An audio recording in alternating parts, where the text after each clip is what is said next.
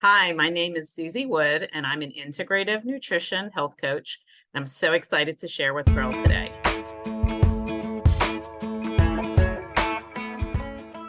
Hey, everybody, it's Pearl again with Women Successful Living, and you're on another episode of Conversations with Pearl. And I'm so excited today. You guys, we're all about self care here. How can we take care of our health? How do we put ourselves first? How do you become that Shiro of your life? And today is no different because we have an amazing guest today. Her name is Suzy Wood, and she is an integrative nutrition health coach and owner of True Wellness Within, where she works with women to get control of their lives and their health after divorce. That's a huge thing because you guys, there's so many changes that come through divorce, right? So I'm excited because her clients, she helps them achieve their goals by addressing both food and lifestyle choices, because divorce can be a calling card to have that do-over, that relaunch of yourself and live your best life. After her divorce, Suzy left her career in high-tech marketing, re-educated, started her own business, and now is living her best life ever. Welcome to the show, Suzy. Hi, thanks so much for having me. You're welcome. I love what you do because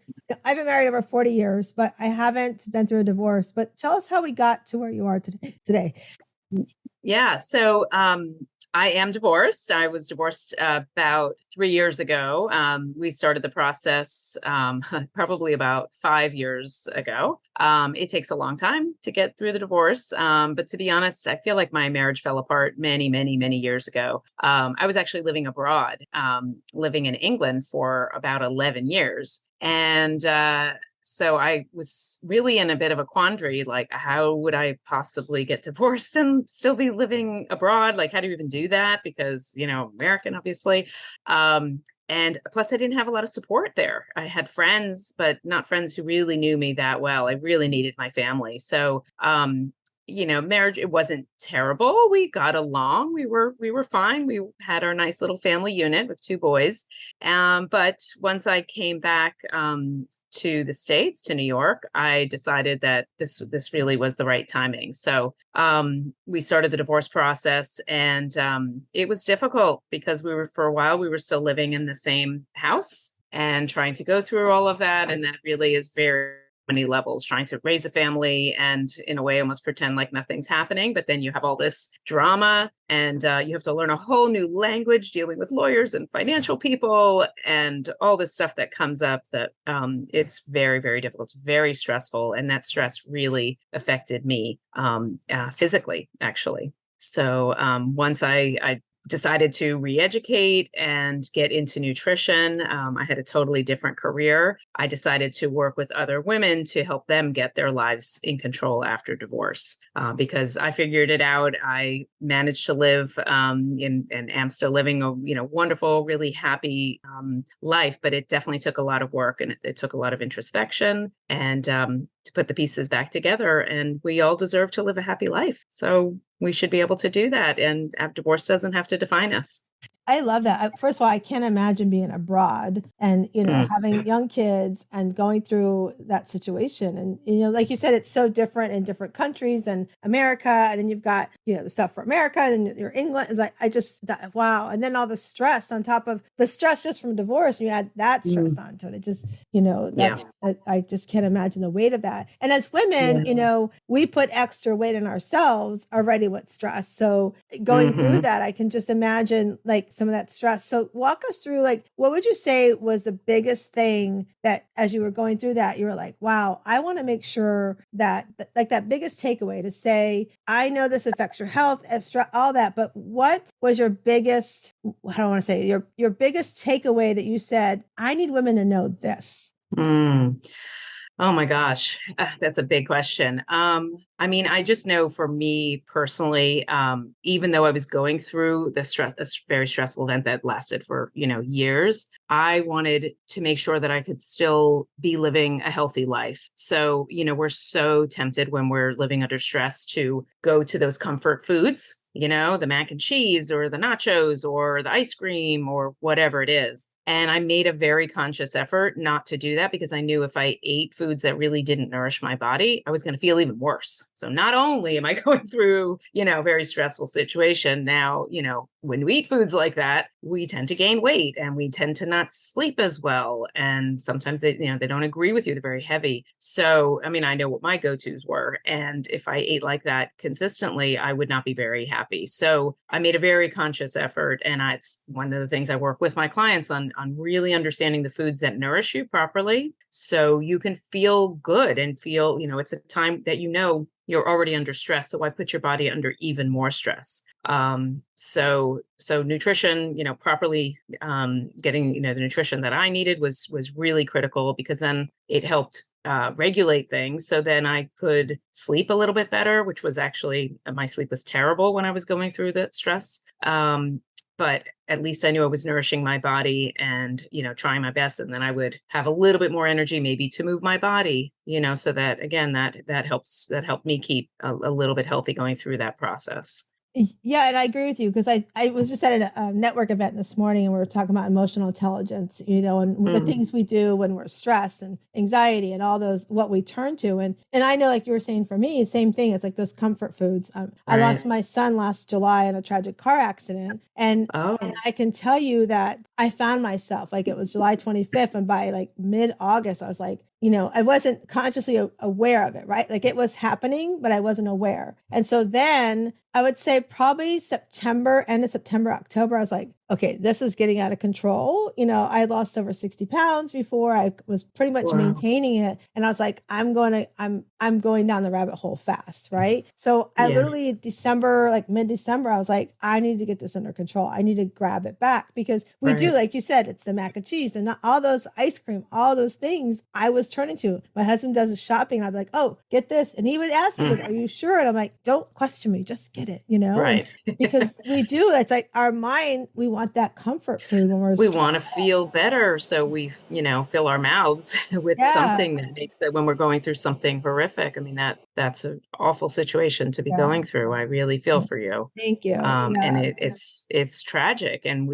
a lot of people have a lot of tragedies in their lives. And we do often go for food as comfort. And so part of my program is looking at the foods that we eat and making sure that we're nourishing our body. But the other side of it is really looking at our lifestyle factors. And when you've gone through something like divorce, your lifestyle has changed tremendously. Your finances might be different. Most likely they are. Your living environment might be different because you may have had to sell your marital home. Maybe you've moved or you're in the home, but maybe you have half the furniture you had, right? Your relationships certainly have changed. So we look at a lot of different lifestyle factors and try to balance them out, because when your lifestyle factors are out of balance, you're much more likely to have those kinds of food cravings. So if you're in a toxic relationship, for example, it's very, very tempting, very easy to eat the wrong foods because, again, like just what we were talking about, those, you reach for those comfort foods. So we try to balance the lifestyle factors first, and that more naturally puts our food in balance.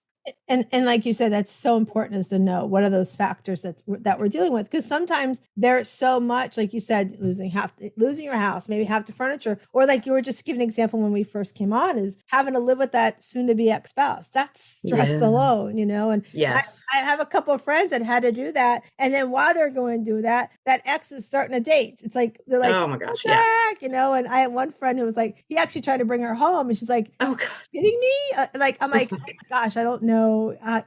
She was so strong, and I think she just put that brave front on, because once it all broke down, then it was like, okay, I've got to deal with this. And so tell us, so you have two children. How old are your kids? They're 16 and 19. So how long have you been divorced? Just hit the 3-year mark. Okay. So they were a little older when, that happened. Yeah. I'm not sure there's really ever a good age for them to go through that. Yeah. It's interesting you say that, because my parents, they were married for, 42 years, I think. And they divorced, and I found out how my mom and dad met, which we won't talk about that here, but I was like, Ma, that should have been your first sign. And she's like, you would have had you kids. And I'm like, and then my mom grew up in the Catholic Church, you don't get divorced and all that. And finally I was like, Mom, you're not happy. I think it's okay, Right. so, but, to go Right. that long. So how did your kids respond to the situation, and how did you help them with that? Yeah. Well, I actually, one of the first things I did was started working with a therapist. I actually found somebody who's a child psychologist because I wanted to know from the kids' point of view what I needed to do. And that was really helpful. She also helped me understand just some things that my ex, just our communication. So I felt like I was a little bit more empowered. And the conversations I had, which, you hear it from a lot of people, just reassure that the kids that they're loved. And obviously it has nothing to do with them. It didn't have anything to do with them. It was our relationship. And I always had the idea that I didn't necessarily want him in my life anymore, but I definitely wanted him in my kids' lives. Children need both parents, whether they're in the same house or not. And I think would rather be happy in two homes than unhappy in one. So I felt like I kind of was a model of just being happy once we settled things, and I moved out, and I was living with my kids. The kids mostly were with me. I showed them that I was living my best life, that I was happy, that we had a wonderful happy home. I set their rooms up in nice happy way. They didn't have to change schools. They really was the only thing that was different was that they occasionally went and saw their dad, and then they were with me. So it was just, we purposely set everything up so that they had two happy homes. And I feel like they got through it okay. And they still have two happy homes, and they're loved by two happy parents because I know he's happy and I'm happy. So why wouldn't the kids be happy? And I believe it was a therapist who said, as long as you keep the kids' lives as much the same as they possibly can be, obviously they're in different homes, but that's when they have the most success adjusting, when there's just their lives aren't affected really, which sounds strange, but if they had their own rooms before and now they have to share a room, that's tough. That's changing their whole world. Changing schools obviously can upset things. So we just tried to keep everything the same. They did the same sports, they attended the same schools, they saw the same friends. Like everything was really the same. They had the same kind of lifestyle. We didn't really, didn't luckily have to adjust. And now, before, if we were going on vacations, we still went on vacations, right? If they were doing a particular activity, we kept up with that activity. So from their point of view, it didn't really change that much. They just saw us separately. And I want the listeners to hear one thing first. Suzy's a coach. She Mhm. sought coaching. And, we often talk about that here on the show, is that it's okay for coaches to get coaches, because we need that as well. 100%. Yeah. Because, I've had many clients say, well, I was working with this coach and they said they did everything. I'm like, nobody's life is perfect. And if a coach is telling you that they have a perfect life, you need to fire them, right? Find a different coach. Exactly. Yes. Because that's not the truth. And like you said, like even myself, like when my son passed, I sought help, I sought somebody to talk to walk Right. through my feelings and make sure, that I'm supporting my younger son in the right way, and my husband, and, our family and all that entity. And I love that you sought that help. And like you said too, like the therapist said, is trying to create that as normal as you can life for the children, I think is so much easier. And I see that with my friends who are divorced or have gone through a divorce, their kids are now grown. That's the one thing they always talk about, is try to make it as a normal transition, like you said, two loving homes, don't, no animosity if at all possible. I mean, we all know there's situations where that's not going to be 100% possible. Right. There's a great quote: two sane homes is better than one insane. I love that.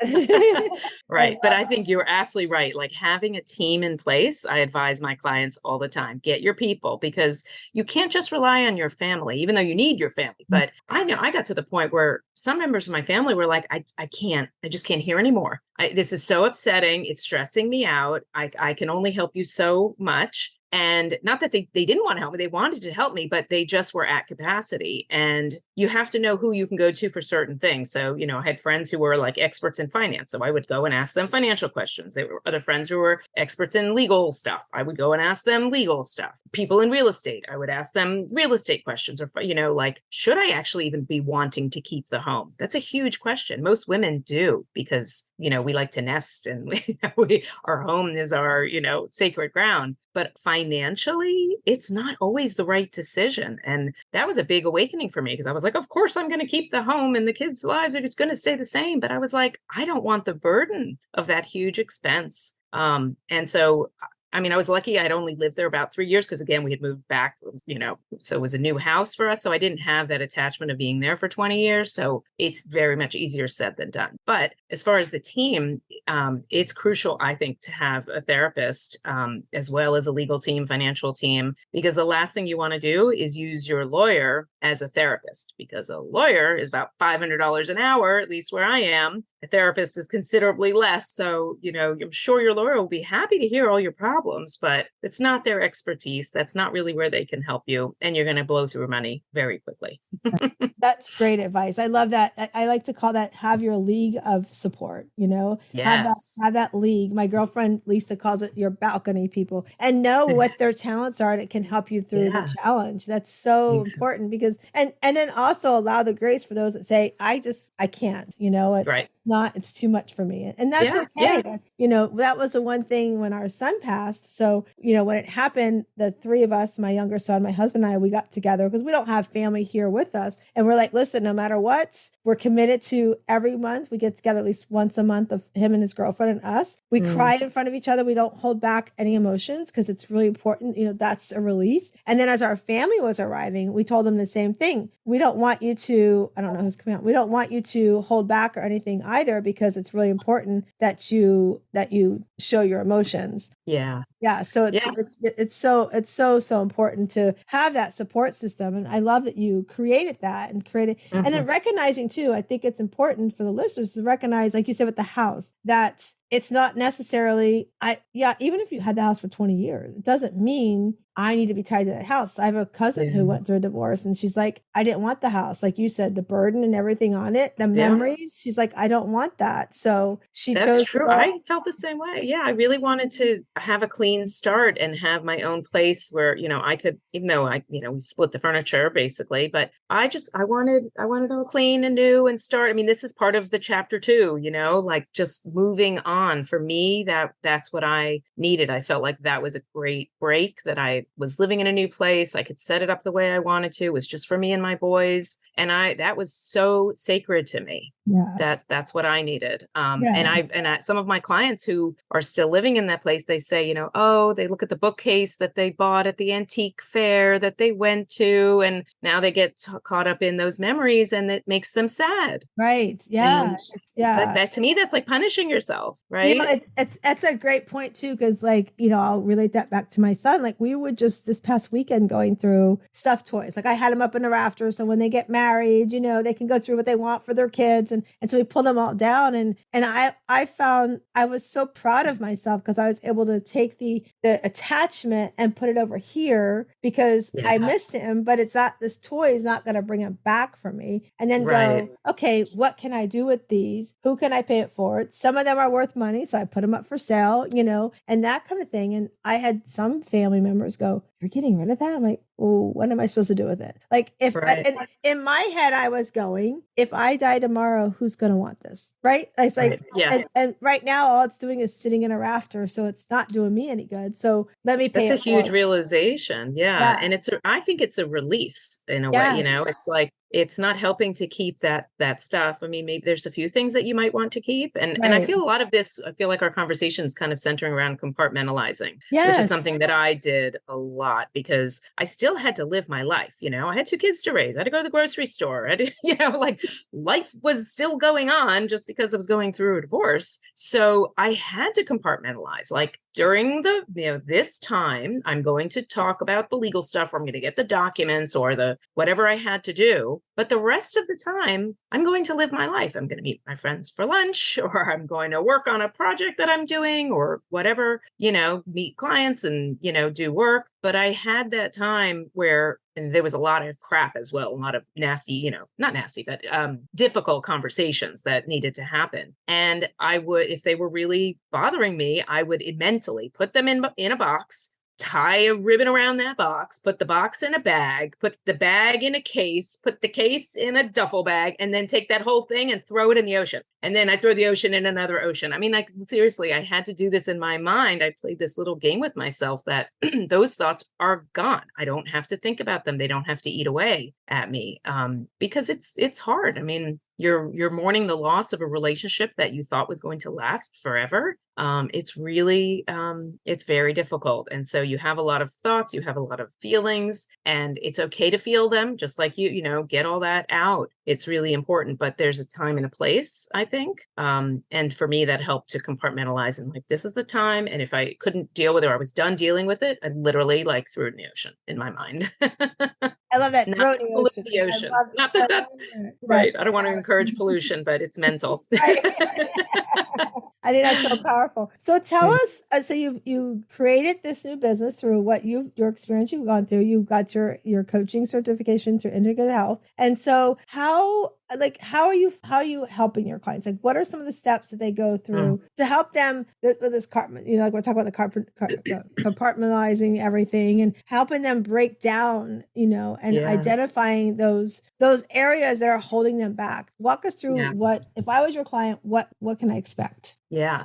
So I have a 5-month program that I take the clients through because it takes a long time to make new habits. Usually it's like 2 weeks for a habit to stick. So we meet every 2 weeks. We do a Zoom call and we, have their different lessons that I teach them and also, a lot of checking in and support, goal setting along the way. So we start out usually looking at the lifestyle factors that I had mentioned. There's about 12 of them, and things like relationships, finances, home environment, creativity, joy, spirituality. I think I mentioned relationships, home cooking, because that's really critical on the nutrition side.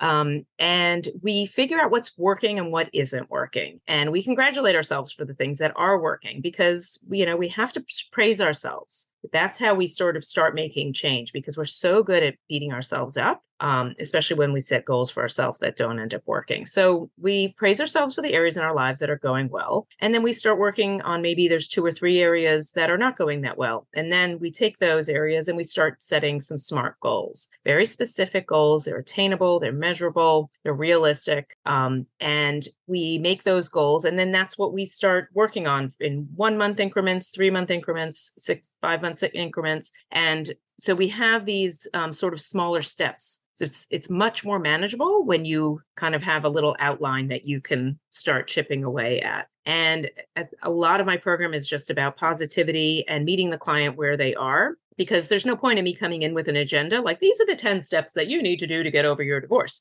What worked for me might not might not work for somebody else. So I meet them where they are, the areas that they need to work on, and I help them and guide them to achieving those goals. So, and it's really about setting appropriate goals and taking small steps, because oftentimes we're like, I want to run a marathon, but it's like, you don't even own sneakers, like let's just take it one step at a time. Let's buy the sneakers. Let's take that first walk, around my neighborhood. Let's take a walk, to the next neighborhood, and then maybe we start running. So because we set these 2 big goals for ourselves and then we fail and then we beat ourselves up. So we take small goals, we praise ourselves along the way, then you're much more likely to want to repeat that. So that's really the beginning of the program. And then I offer a lot of support in between the sessions. And there's documents that I created, things like how to feel less lonely. On the nutritional side, I have recipes and ideas and different little cookbooklets that I offer them.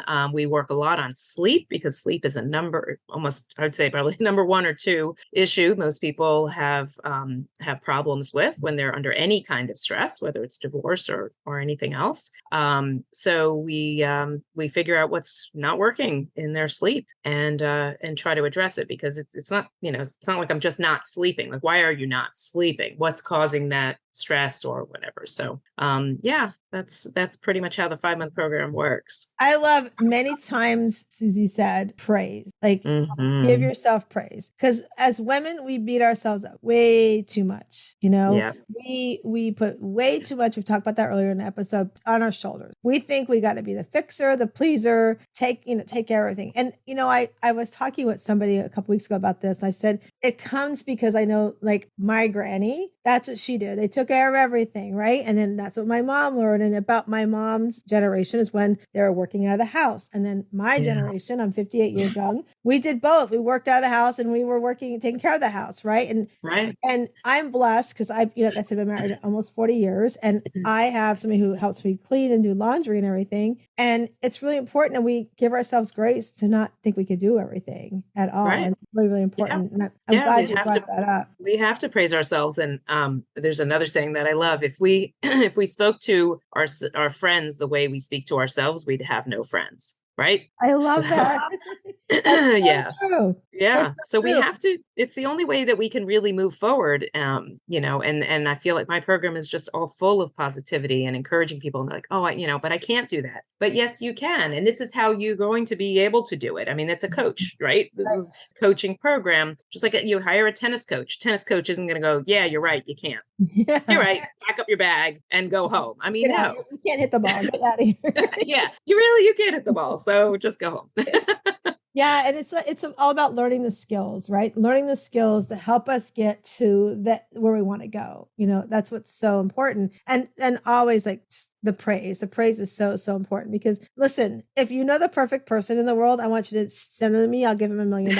I don't have the $1 million because I know you're not going to find anybody, but Right. life is not scripted. We don't know tomorrow. Like with my son, I went to bed at midnight, did not know I wasn't going to happen the next day. So we don't know what's going to happen. We don't know, the next day your spouse may come home and say, I don't want to be married anymore. You don't know what that's going to happen. And having the tools, like what Suzy's talking about, we're talking about today, is so, so important. And we have to give ourselves grace because we deserve that. And, and ask for help is so important. Have those people on your balcony or in your league, whoever that is for you. It's really, really important. And I'm glad, Suzy, you reminded of us that. So I'm going to do a little shift here for us. So we've talked about your coaching. We've talked about the things how you progress through this change in your life. But Suzy, what we want to know, because we're all about self-care here, we want to know, what's the day in the life of Suzy for self-care? Oh, okay. Well, I start my day usually with a cup of herbal tea. I don't actually drink caffeine anymore because I identified that it was disrupting my sleep. So I got rid of it. So I have a nice cup of herbal tea and I end up feeding and walking my dog first thing in the morning. So I get outside, and that's also part of like getting outside in the sunshine. You reset your circadian rhythm, again, helping with my sleep. And so I walk in for about 20 minutes or so, and then I come back and I usually do one of two. I either do a HIIT class at home or I do a yoga class at home, and nothing crazy, just like maybe 20 minutes, half an hour. And I try to alternate every other day. And that's kind of how I start my day: shower, get dressed, and then I start working. And then try to get outside later on again with the dog. And I do a lot of home cooking. So, and I love working at home, giving me that option. So if I want to take a break from work, I'll go and, chop some vegetables because that's going to be in my, salad or chili or whatever I'm making. And obviously I really pay a lot of attention to the foods that I eat. So spend a lot of time in the kitchen, but I love it. And I make really easy, quick, simple meals. So I'm not about making a souffle, it's easy stuff that I can throw together in one pot and wash it. And this is what I work with my clients on too. The cooking doesn't have to be this onerous task. So so that's kind of my day. I love that. And so I love you reminded about the caffeine. That's so important. I gave up caffeine, 2008 or 9, I want to say it was. Like I used to drink not one, but 2 2-liter bottles of Diet Coke a day. It was horrible, horrible. And I just decided one year for Lent, I'm like, okay, God, I need to give this up. This is about the time I'm going to do it. And I have. And like just recently, like I was going, like I was saying earlier, I was going to those comfort foods and I got rid of the sugar again. I'm like, I'm going to start with the sugars, get rid of that. Yep. And I was away in Denver and I tried something. I can't remember. It was some sort of sweet. I didn't know it was a sweet thing that was in something they gave us. I was like, oh my gosh, it just tasted so horrible. I was like, oh, this is nasty. It's nasty. I know. Well, I think, back to the self-care question, like for me, eating really good, nutritious, mostly plants. I do eat meat, but whole food, plant-based diet, that is a form of self-care. I'm taking care of my body, feeding it what it needs. I have so much more energy because I'm not having these like artificial ingredients, these fake sweeteners, or the real sweeteners too, the sugar and basically like, ingredients like flour, it's basically like sugar. Your body below the neck Right. treats it Right. just like sugar. Yep. So I try to avoid those, eat that stuff very, very minimally. And I have so much energy. And this is again like living my best life. Like I'm giving my body what it needs. So I sleep well. I wake up energized. I can work out every day. I can get through my day without a nap. It's really, I'm feeding my body. That is a form of self-care. And like you said, like the soda, it's not just the caffeine that wasn't good for you. It's just all those artificial ingredients and Right. corn syrup and whatever else is Right, in soda. exactly. Yeah. Yeah. Yeah, it was I thought it was gonna be so hard, but it was so easy to do. After the first week, I was like, I got this, it was Yeah. so And then easy. you realize you don't really miss it. Like when you really No. kick that habit. I helped a client get off of Coke Zero. No. And interesting enough, that's what she came to me for. She was like, I shouldn't be having this. I know it's bad for me, osteoporosis and like all of these things that she was having irritable bowel syndrome. And so when we started looking at things, she said, we started talking about her home and she was like, my house is just a mess. Like I've got stuff like busting out of my closets and I can't use my dining table and I have all this like recycling all over the place. And we realized it was her home environment that was Right. keeping her from moving forward. So we put a plan together for her to clean up her house. It took about 6 weeks to really clear everything out, donations and all of that. And then she said, okay, great. Now I'm ready to get off Coke Zero.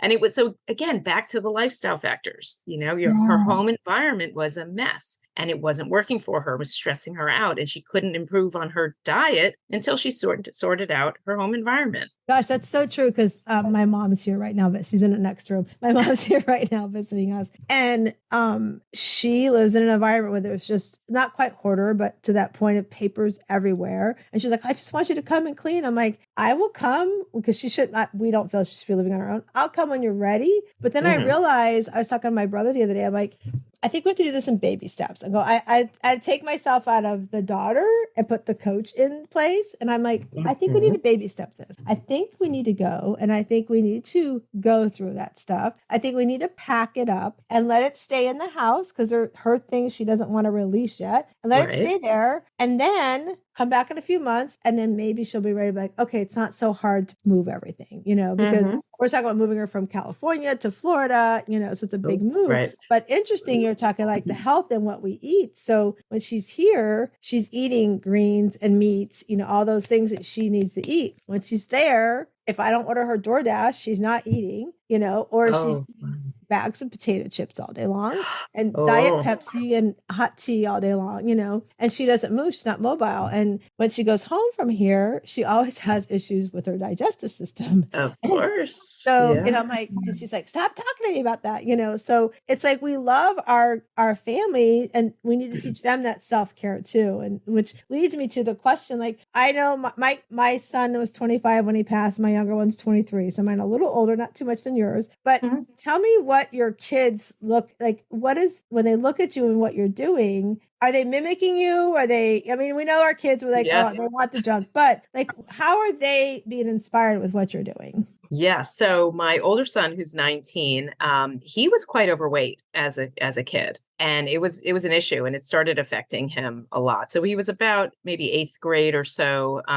It was, just about around the time when we were starting to get divorced. He was like, I'm tired of being fat. He said that. He was like, I'm fat and I'm tired of being fat. And of course, I don't want to talk about body shaming and whatever. We're like, we love you no matter what you look like. And he said, he's like, we were doing something in gym and I couldn't do it because I'm so big. And he felt bad. So he joined a gym and this all came from him. And he went, did the treadmill. I don't know. I picked him up 3 hours later, sweaty as anything. And he was like, I want to go back. And that was the start of him really getting his weight under control. He ended up losing 60 pounds. This is like 8th, 9th grader. Yeah, amazing. And of course, part of that is looking at the food. So he got really, really into looking at the foods that he was eating. He would ask me, how do I make this healthier? How do I, what should I be eating? and he had a massive transformation. So he's now freshman in college, and he ended up becoming a power lifter, which is it's a little niche sport. It's not weightlifting. It's not an Olympic sport, but there's like three big events that they do. Deadlift, and I'm gonna forget it all. But anyway, so he actually holds three New York State records in his age and weight group for powerlifting, and it's all because he knows exactly what he needs to eat to build muscle, to stay lean, and to be healthy. And he now, he has trouble at the dining hall at school because it's really not where the healthiest food is. So he comes home and he's like, I'm sleeping better here. My stomach doesn't hurt here, just like your mom. I feel so much better because he's eating, my homemade food. So, and the younger one, he likes to cook. He's more, I feed him what we're making, what I make. So he doesn't get any special meals. So he eats very well, probably unknowingly. But last night he made us dinner, and we rolled out like a pizza thing. We put all sorts of vegetables on the pizza. And so he likes to cook. Actually, that was a project during COVID. I taught my kids how to cook. So important. I love that. I love that, and I think that's really important for the listeners is get your kids involved. I love, like, I'm on TikTok, and I love watching the little girl. She gets up every morning. She has these positive quotes she says, and all these great positive things. She's like, I'm not going to let nothing bother me today. It's just so empowering. And we need to do that. Like, our kids have so much on their plates that we need to do something to help them. And to see that you did that, Suzy, during COVID, says, let's teach you this. Let's pivot and show you some of these things, because it changes their lives. It sets up, how they're going to eat in the future. It sets up all those habits. Yeah, it's a life skill that they're not going to teach that after math class or before biology. Like, it's just not going to happen. They don't even have home ec in schools anymore. So if the kids don't learn how to cook, and yet, the obesity problem in the United States, that's a whole other podcast. It's really a huge problem. And if the kids don't know how to cook and they don't know what's healthy for them, like, where's it going to come from? Right. I mean, we need to know. And, if you feel like our whole society, we outsource so many things. We outsource our taxes. We outsource our dry cleaning. We outsource, I don't know, people take care of our cars. Like, everything is outsourced. But if you outsource your food, you have no control over it. You don't know. And usually restaurants, and obviously certainly food manufacturers, their big goal is to save money. So are they going to use the expensive avocado oil in your whatever? No, they're going to use some cheap seed oil that costs them pennies, and it's highly inflammatory. So knowing the ingredients that are in your food and not outsourcing. I'm not saying you never can go out to eat. I mean, I go out to eat often, whatever, not often, but when on occasion. But I'm very, very picky about where I go and what I order. And I cook a lot of food at home, and it, again, doesn't have to be complicated. It's, not making really complicated things. I make easy, quick recipes. I'm busy just like everybody else. So, and, back to that whole thing of, like, we don't have to be perfect that we talked about before. I love that. Is not the goal. There is no such thing. That is not the goal in life, to be perfect. It's just do the best you can. I like the sort of 80-20 rule. 80% of the time we do really well. And then therefore I can, like, for me, going out to eat, let's say, I would say it's probably more like 90-10, but 90% of the time I'm making really good choices with my foods. And 10% of the time I go out to eat. That doesn't mean I'm like having fried food all the time, but I go out to eat maybe 10% of the time. Right. And I'm okay with that. That's totally livable for me. Yeah. And I like what you said, the 80-20, 90-10, whatever that works for you. And I love that you shared that. And like you said, they're not going to put the healthy stuff in there. I mean, I know when I used to go visit my granny, she had a whole huge garden, right? And now you go to the store, you're paying extra money because that's considered organic, and yes. and all, and then you get these little tiny portions, and gosh help the eggs right now. It's such a big joke. But okay, so I would be remiss not to ask you, because I'm sure listeners want to know, what's your favorite go-to quick recipe? Oh my gosh. I just posted it on my Instagram the other day. I made a turkey chili. I actually made it twice because it was so good. Saute onion and garlic and ground turkey together. And let's see, what else? What did I put in there? I put in some cumin. I had some Cajun spice mix. That basically was like paprika, garlic powder, a little salt and pepper, a can of diced tomatoes. And what else was in there? A can of Great Northern beans. and just let that simmer away and boil up. You can add a little bit of vegetable broth or chicken broth if it gets too, it's too thick. So you can get it the consistency you like, and you let it simmer for about 25 minutes. And it's delicious. It's so delicious. You can put in maybe baby spinach if you want, but lots of seasoning. That's kind of my thing because I like food to taste good. It's got to be pleasurable. So that's a nice, quick, easy recipe, and it can just sit and simmer on the stove for as long as you want. But 25 minutes. Oh, the other thing, put a chopped up sweet potato in there as well. Oh, I was just Sweet gonna potatoes say, are wonderful, so nutritious, and yeah. I was just Mhm. gonna say I could see a sweet potato in there. So Yes, I love yes, potatoes exactly. and chilies and stuff like that. It's so awesome. Well, thanks for sharing that recipe with us. I just love that. So we have what's called a Shiro League. It's a community of women. We meet every Sunday evening from 8 to 9 p.m. on Zoom. Mhm. And we get together as women. You can come have clothes on, but you can come in your PJs, no makeup, whatever you want. But right now, what we're working on is, Suzy, we're working on what brings you joy and our not to-do list. Oftentimes Okay. we create our to-do list, right? Mm. So let's talk about what is on Suzy's not to-do list right now. Okay, so something I don't want to do? Yeah, Not. something that keeps you. So if you think about what brings you joy, what do you have to put in the not to-do list that's stopping you from doing your joy? Oh my gosh. I don't there isn't anything that's stopping me from doing my joy. I feel like I worked so hard to get to this point. Let's see. I mean, I guess maybe being overscheduled. That's hard because if I don't have time to like do a short workout or get outside, that's gonna really set me off. And I feel like that's how I get my sleep under control because I'm moving my body early in the day. So if I overschedule myself, especially early in the morning, and I don't get that in, so I guess that would, yeah, overscheduling is gonna maybe a killjoy. I think that's very common because I think we do Yeah. we do stretch ourselves too thin sometimes. That's the other thing that we work on in the Shiro League as well, is learning how to say no, overcoming people pleasing, Yes. Well, setting I think those boundaries. I was about to say it comes back to setting boundaries. Like that's like my sacred time in the morning, and I'm doing it really before anybody else is up. So like there shouldn't be anybody who's calling me or bugging me at that point. If they're up that early. So that's a boundary that I set, and that's definitely we work on that a lot with my clients because they have to set boundaries often with their exes. Big time. Mm-hmm. All right, so we're going to switch it to the joy list real quick. So, what are your top 3 things? If I said, Suzy, create me a list right now of 10 things that bring your joy, what's the first 3 things that come to your mind? Oh, hiking in the woods, which I just did yesterday with a good friend, doing yoga.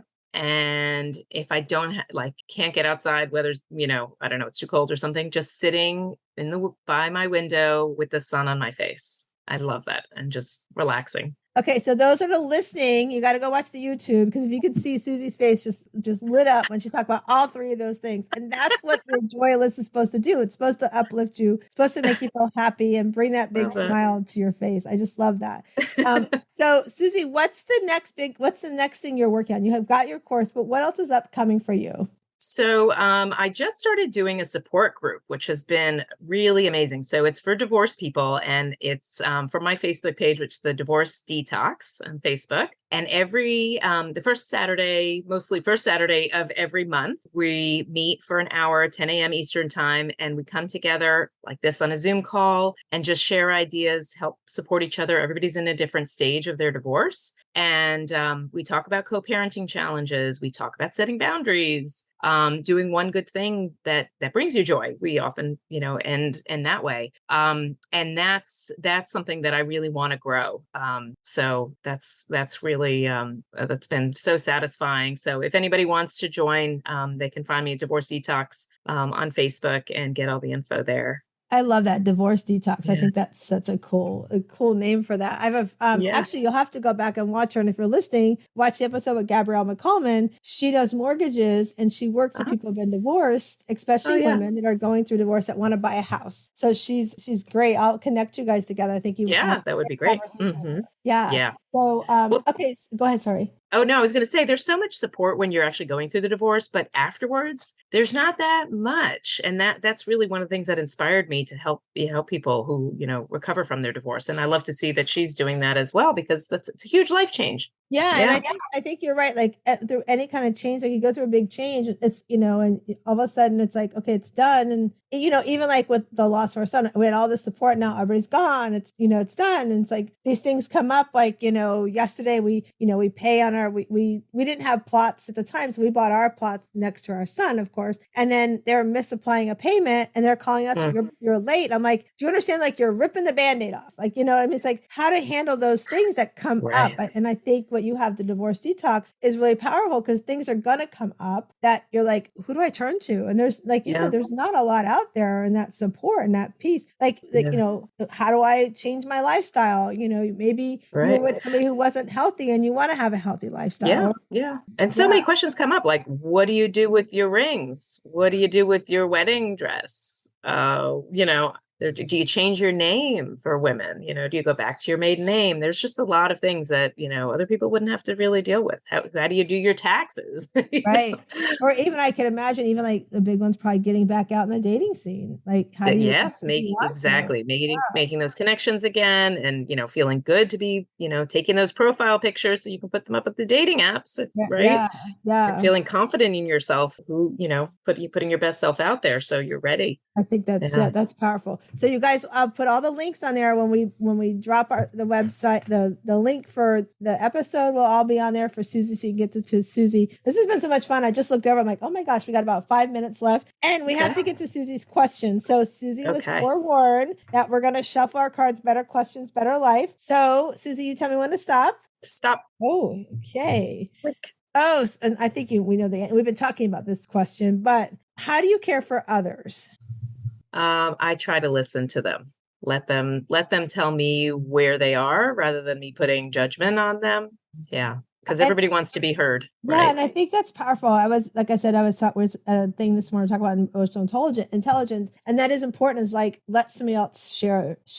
Don't tell them what you think. That's one thing with coaching. I don't tell you have the answers. I believe inside. I just here to help you pull them out. Exactly. Out of you. You know the answers, but you're not recognizing them, right? And so I just sit back, like you said, and just listen and let them share, and then find out what's the top thing they need to work on, that they want to work on, and then just guide them through that. They know what they need to work on. It's just that we need a coach to coach them through, just like the tennis thing. We need somebody to help me hit the ball. I'm not a great tennis player, no matter what I've been taught, but But I always say it's not my job to tell you what to do, right? This is why I named my company True Wellness Within, because your true wellness has to come from within. It's not for me to tell you eat this and do that.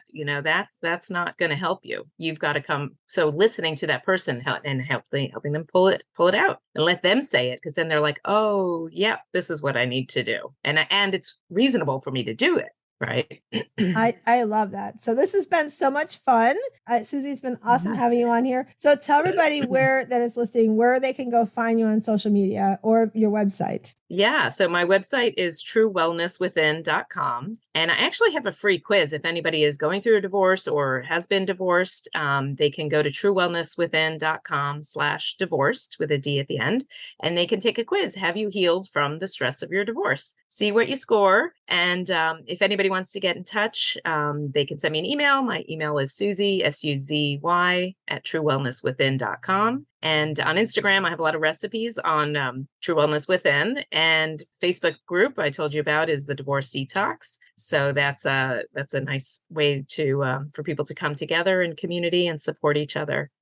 Thank you so much. And I want to remind everybody again that every Sunday evening from 8 to 9 p.m. Eastern time is our Shira League. You can drop in for a visit if you want to. Just connect with me at pearl@wsliving.com, and we can get you connected there. And also, if you're interested, we do have 8 spots for our retreat this coming September. You can go to wslivingretreats.com. We are on the beach in the Gulf Shores of Alabama. You are in your pajamas the entire weekend with no makeup. What a great way to work on your self-care. Sounds great. Some things that are holding you back in your life. So that was that. So let us know again, wslivingretreats.com. And listen, you come into this world, you're a little rough on the outside. You've got this oyster, but when you turn it and open up and inside, you are this beautiful pearl, and I hope you go find your inner pearl of greatness. Have a great day. Hi, my name is Pearl Sharenza, and I'm with Women Successful Living. And I want to tell you a little story. You see, once upon a time in the middle of COVID, I noticed that more and more women were overwhelmed. We were having to balance households. We're having to become teachers. We're having to work our job while we're trying to become a teacher. We were sitting in our home with our children and our spouses or our loved ones and feeling overwhelmed. We were lost for where we're going to find space in our own house. So I was feeling that this overwhelm was stressing women out more, that they felt like they could not have a Calgon take me away moment. They felt like everywhere they turned, somebody in the house would find them, or their job wanted them on another Zoom meeting. And I just felt so sorry for these women as I spoke with them and felt the pain because I too was feeling sorry. I was feeling sorry that I couldn't go out and do the things I love to do. I could go out, yes, and take a walk and sit on my front swing, but I couldn't go to the community meetings and the fundraiser functions or go have lunch with a friend or go to the movies with my husband or just take a moment away from everything that we're responsible for as moms and wives in our homes, right?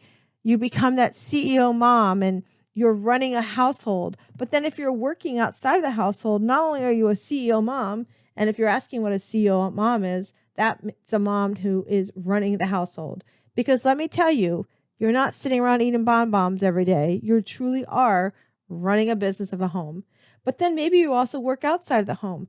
And here you are, you're trying to balance working in the home, working outside the home. And then maybe you have children and you're having to learn how to become a teacher because bless our teachers, they're trying to learn a whole new way of teaching through Zoom. And so as I spoke to the women in my community and my clients, I found they were also feeling all this overwhelm. They were becoming stressed. They were sitting in the home with all their children and their spouse, and they're going, I'm with you 24 hours a day, 7 days a week. I love you, but I don't love you that much. Were you feeling that way too? So I found as they were feeling this way that I had to do something. And every day, about a month after into the pandemic, I decided to try something new. I decided to create a space where we could meet via Zoom. And yes, I know another Zoom meeting, really, Pearl? But I just knew that was the only way that we could get together. And the rule was you had to go in a room where you could put a note in the door and say, I'm on a break. I'm on a timeout. Whatever you want to call it, you could make that note on your door. Because really, we have to take time for ourselves in order to really take time and care for our family, our loved ones, and our job the way we know we want to and we need to. So what I did is I created what we called our self-care Sunday evening. And it actually became Shiro's is what we ended up naming it. Because we as women, we are the hero of the house. We're the hero of everything we do for our family, our friends, our job, whatever that is that you're responsible for, right? But are you really the hero for yourself? So that became important to me. So one day I decided I want to pour into these women. So I brought them together on a Zoom meeting. We met Sunday evening, 8 p.m. We finished up by 9 p.m. We just had conversations. What was challenging them? What was the pandemic bringing up for them? How were they doing mentally? Were they doing something to take care of themselves? And if you heard me before, I say bathtubs and taking baths are not self-care, but really during the pandemic, sometimes that's all you could do was get in a tub with bubbles and take a few minutes for yourself, right? So as we poured into them, I noticed that they were starting to enjoy the self-care. They were starting to be less stressed. They were starting to communicate better with their family and their loved ones because they could communicate why they were taking time for themselves. They were able to communicate that it's not that I don't love being with you. It's that because I love you so much, I need time for myself. So on Sunday evenings, we worked on things about self-care challenges. We created a challenge of self-care where every day they had to do something. It could be something that took them 1 minute, or if they wanted to, it could be something that took them an hour. But it was their job to do something for themselves every single day. And then because of that, they saw that their family, they were worried that their family might make them feel guilty. So we started incorporating ways that they could do self-care for ourselves as we also did something with our family, right? So in some cases, we found that we had moms sitting and just watching TV, silly cartoons with their children. That's self-care, right? Or maybe playing a puzzle game or putting a puzzle together. And then when it came to their spouses, we found that they were sitting and finding movies on Netflix or writing, playing cards, or even we gave them a challenge. We have a friend that has these great cards. They're called Better Questions, Better Life. We even would pull a card and have a discussion with our loved one around that card. And then as they were working from home, some of our professional women were finding that their jobs were having much more demand on them, but because they were home, they could actually kind of have more time they could grab for them. Oh, well, you're home all day long, so you really don't need to take a break. So they started finding that some of their jobs and their bosses were expecting them to give more. So we talked about how to set boundaries around our schedules. We talked about how to set boundaries around how much we want to be on Zoom. And as we did that, we found that the women were less stressed and they were actually performing their job performance better. They were having better and more improved relationships with their loved one, with their children. And some of them also had family that were in nursing homes. So we were creative on how to spend that time with their loved ones, but also making sure that they were taking care of themselves. So as we did this, I saw that it was a need that needed to continue. So even though the pandemic is, as we know it today, is over, I found that the women loved this so much, we needed to continue this. And who knew that 3 years ago when I started this, that it would grow into what we have today, this amazing community of women that we still meet every Sunday evening from 8 to 9 p.m. We talk about things that bring us joy. We talk about challenges we're having in our lives. We're talking about things we're having to overcome. We have some women that are struggling in their marriages. We're talking about how we pour into them and how to help them work through communication. We have amazing, amazing guest speakers that come in every month. We've had Jane Pilger come in and talk up to us about our mind and the neurological part of our mind when it comes to our eating and our health and sugar and how it affects our body. We've had Seth Santora come in and talk to us about the smile method and how we have things such as just the smile within us that can make things like mock acceptance, where we're accepting things because we think we have to accept them. Like, for instance, my loss of my son, Matthew. I never knew that when I created this group 3 years ago, almost now, how much I needed these women. And because I have this community of women around me, I met Seth, and Seth taught me about mock acceptance. And he taught me that, yes, I was accepting the loss of my son, but I wasn't truly believing that he was lost. And I was sort of like going through the motions. So ever since I have put this group together, this community of women, we have watched the women flourish. We have watched them have less stress. We've watched them communicate better with their loved ones. We've watched them put boundaries around their self-care so that they can achieve the things they want to, so that they can put their cape on first as they pour into their family even better. And ever since we've started this self-care Shiro group, it has grown where we now at our retreats, we have women joining us during our retreats. We meet every year. We have a retreat in September. It's a pajama retreat. You come in your PJs, no makeup. You have about 4 days at the beach, sometimes the mountains, depending on the year. And we just have sessions and breakout groups on how do we improve on our self-care? How do we continue to communicate our needs to our loved ones? How do we find what our goals are and our visions are, and how do we bring those to fruition? Because how many of you ever sat back and said, I have this big goal and I really want to do it, but nobody believes I can do it? I want you to know that we believe in you and we know that you can do it. And so if this is something that you want to learn more about and come and enjoy a great way to end your week and begin your week, I would love for you to join us, because on top of our speakers, we also have an amazing meditation coach where she empowers us to sit down and just take some quiet time for ourselves and just be in our own space as we reflect on what we truly want within. And I am so honored to watch the progress and the growth that the women in this community have accomplished. And I cannot wait to see what's coming up for all of them and hopefully for you. And if this is something you would love to learn more about, I would love to invite you to come and visit us one Sunday evening. Like I said, it's a great way to end your week and a great way to start your week. What better to know that you've got a balcony of people sitting and waiting for you to join them, have a cup of tea maybe, and just do some laughing, maybe a little crying, but no matter what, know that you've got a girlfriend there to have your back. So if you're ready to check out the Shiro League, I would love for you to join us. All you have to do is email me at pearl@wsliving.com. That's pearl@wsliving.com, and I would love to connect you.